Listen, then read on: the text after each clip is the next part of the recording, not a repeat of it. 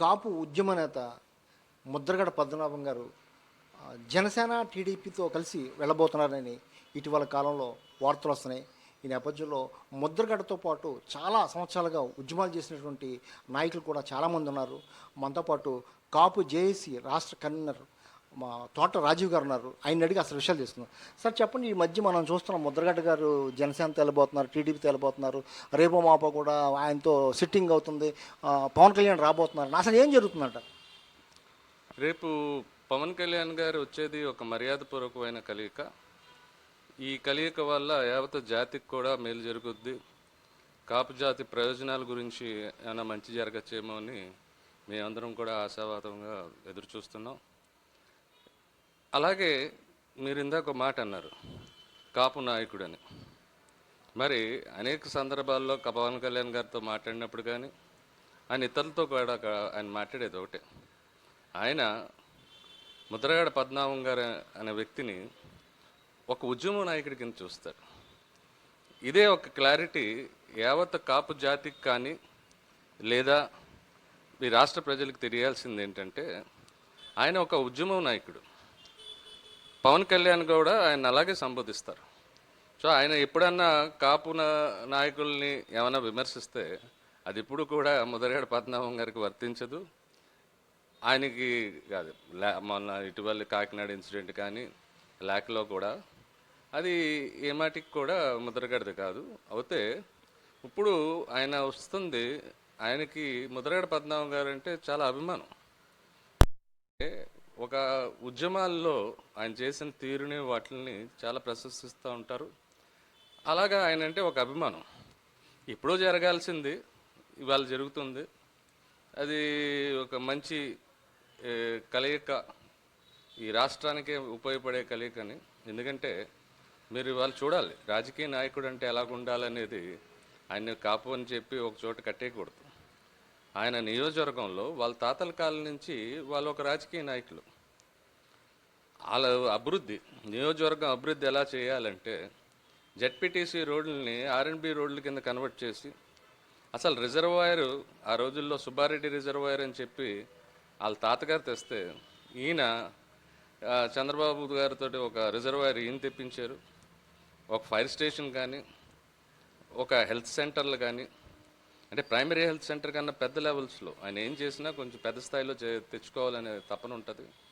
అలాగే అన్నిట్లోని. సో ఒక మంచి రాజకీయ నాయకుడు కూడా ఈరోజు ఈ కలియక తర్వాత రాజకీయ మాటలకు వెళ్తే ఆయనకి ఒక మంచి పోరాట యోధుడు, ఉద్యమకారుడు కాకుండా మంచి రాజకీయ నాయకుడు. అంటే నియోజకవర్గాల్ని ఎలా అభివృద్ధి చేయాలో కూడా ఆయనకు మంచి అవగాహన ఉంది, చేసి చూపించాడు ఆయన. మరి ఇంతకాలం స్తబ్దుగా ఉండిపోయారు, ఏ పార్టీలో కూడా మొట్టదాకా వైసీపీకి వెళ్తారన్నారు.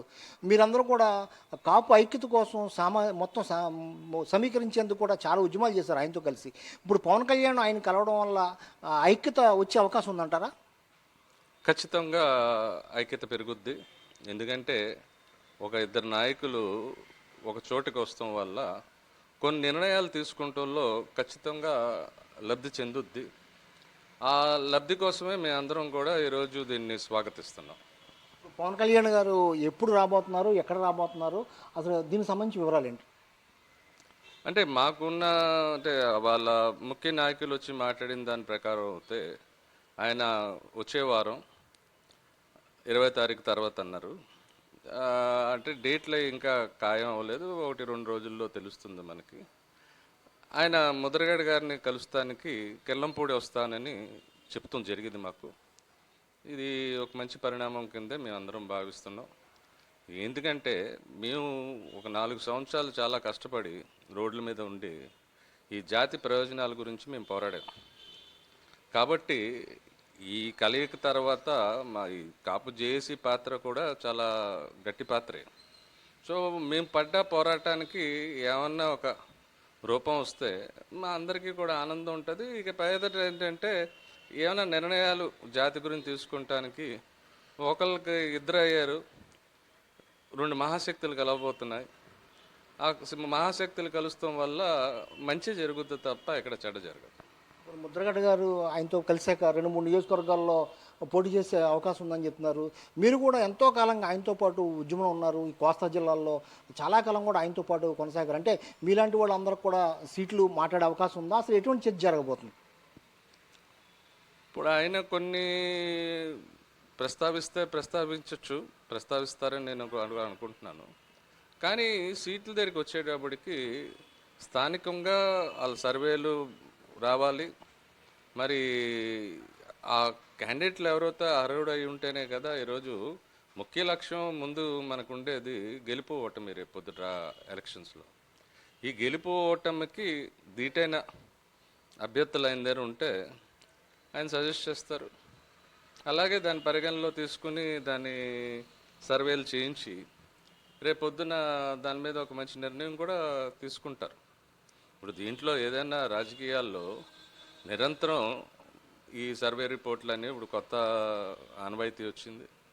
దాని ప్రకారమే ఏమన్నా నిర్ణయాలు ఉంటాయి. కానీ ఏదో కూర్చుని మాట్లాడేది కాదు.